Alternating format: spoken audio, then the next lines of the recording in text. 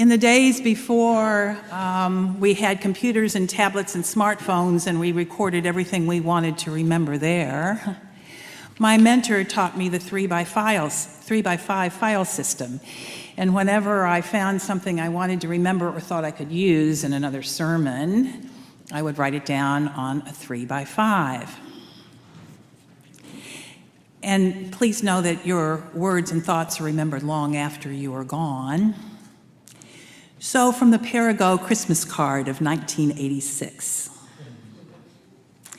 Teach us, Lord, to be a gentle people.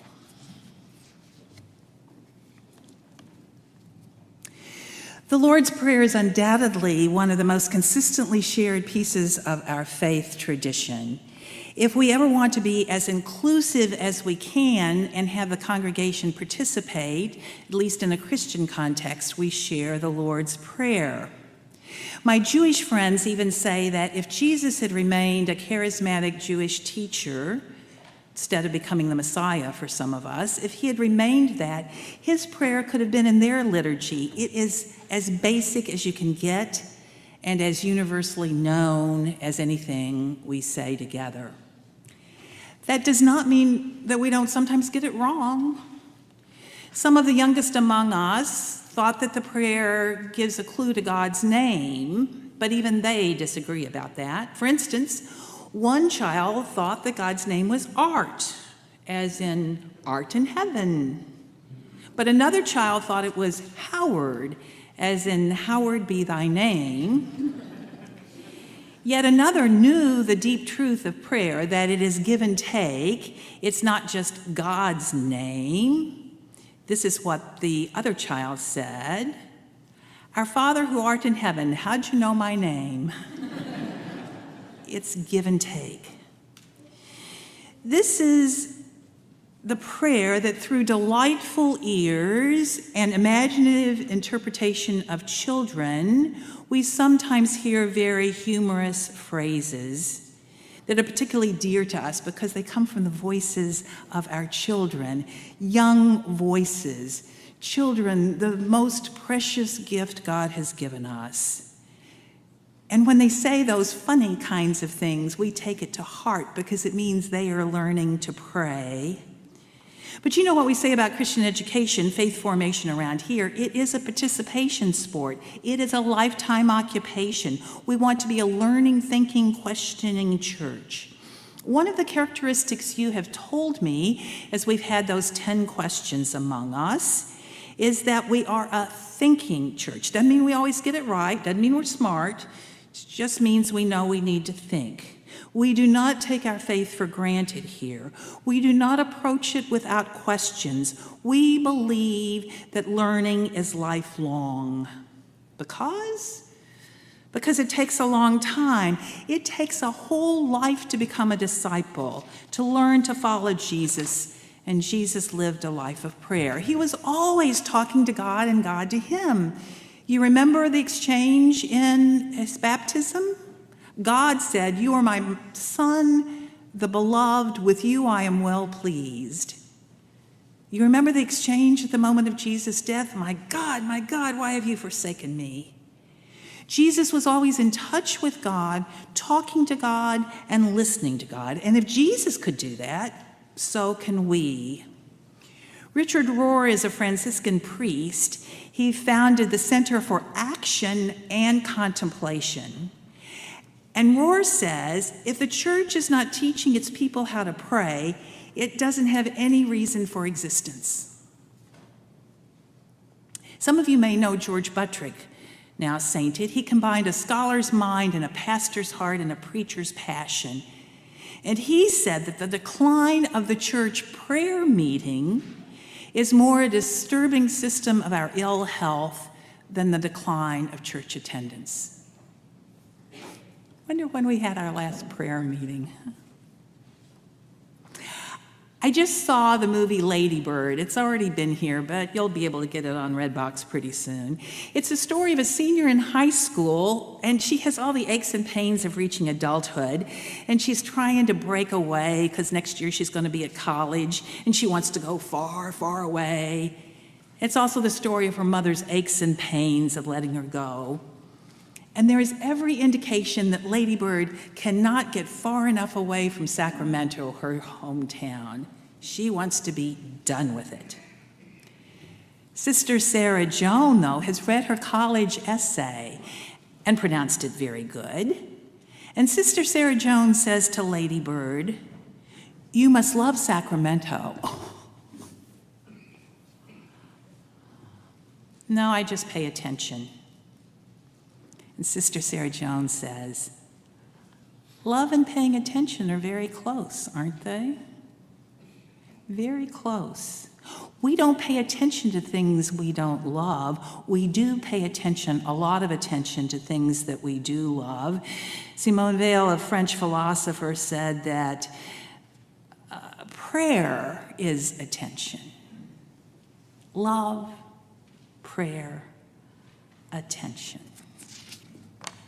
So what have you been attending to lately? What has caught your attention?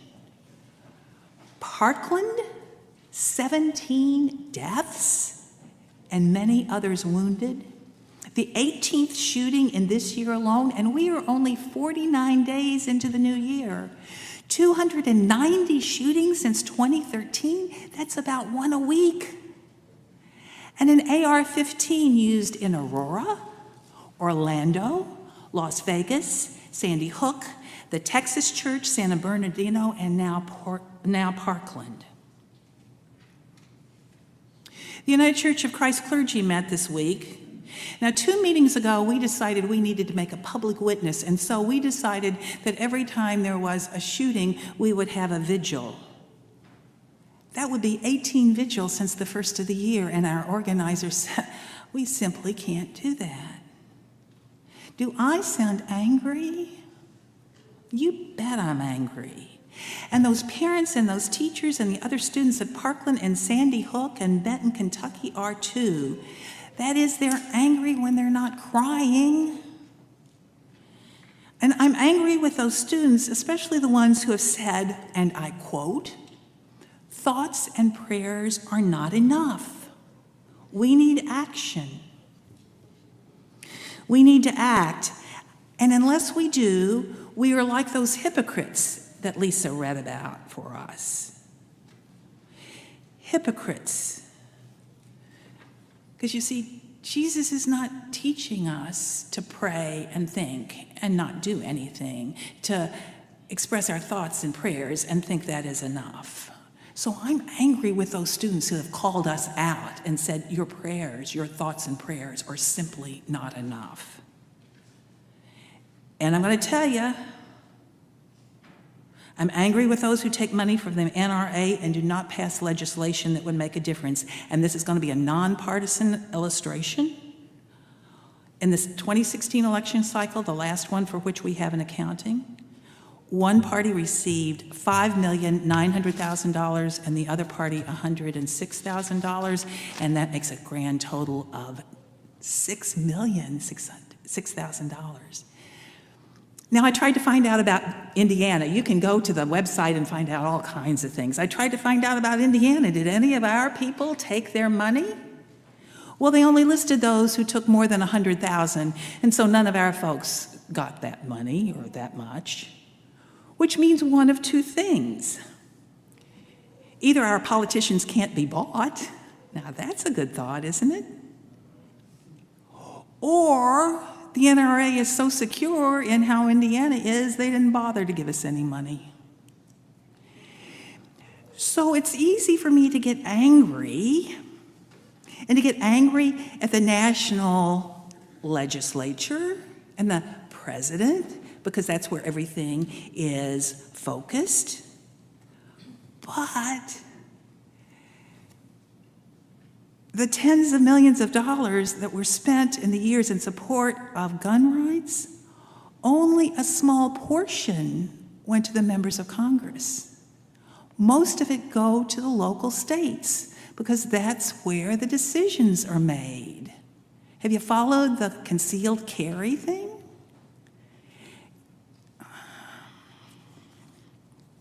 So I'm angry about the shootings. and I'm angry about our leaders. But most of all, my friends, I am angry at myself. The last town I served had we had police and they were good folks, but we also had a post office shooting, handguns. And we had a domestic violence shooting. An upset dad shot his wife and kids as they got out of the swimming pool at the Y. And I attended the rally after the post office shooting, and I counseled with the kids at the school whose friends had been shot. And I did anything Dorothy McGann asked me to do. Anything. Because Dorothy was a Septuagint. That means she was over 70, a good bit over 70, and she had fibromyalgia, and anything that she did took enormous energy. And she and John planned their whole days around trying to pass handgun legislation. And we collected shoes for all the kids and all the people who had been shot with a handgun. Forget the AR-15. I did all that. But I've done precious little since. So I share my concern and my anger with you today. Now, I know some of you have asked for no more politics from the pulpit, but I think we define politics differently. My definition of politics is the power to get things done. And I want Bethel Church to be at least as relevant as Jimmy Kimmel and late night TV are. We may not be that influential, but we can be that relevant. And besides, if we're looking at the Lord's Prayer today, did you hear what it said? We say it so often we don't even think about it. But it says, "Thy will be done on earth as it is in heaven." And I don't believe children are shot in heaven. And I don't believe teachers have to put their bodies over their kids to keep them from being shot. And I don't believe parents have to give their children doorstops to put in their backpacks so that if the lock is shot off their classroom, they can still block the shooter so he won't come in with a doorstop. I saw that on Facebook last night. Do you think that really helps? Maybe so. It works? Okay, so give your kids a doorstop. But can you imagine in 2018 having to do that? I hope you're angry with me. And not just me, those kids that are in Parkland who say our thoughts and prayers are not enough. I'm angry about the shooting. I'm angry about the lawmakers in Washington and in Indianapolis. And I'm angry at myself. But you know what? The good news is we don't have to stay angry. We can do something. And Jimmy Kimmel says, go to everytown.org. So I'd say, go to everytown.org. Because in this one, I believe in Jimmy Kimmel. I also believe in the Paragos. Teach us to be a gentle people. And I believe in Holly Near. Holly Near wrote this song that has been going through my head ever since I worked on this sermon. She wrote it after the assassination of Harvey Milk. It sounds like something some of us would have known from the 60s when we were angry. But I invite you to listen to it and to think about it and to let it seep into your soul. Now, it's going to be kind of generic, but this afternoon I'm going to be singing, "We are a gentle, angry people, and we're singing for our lives." We are a gentle, angry people, and we're singing for our schools. We are a gentle, angry people, and we're singing for our kids. We are a gentle, angry people, and we're singing for our God.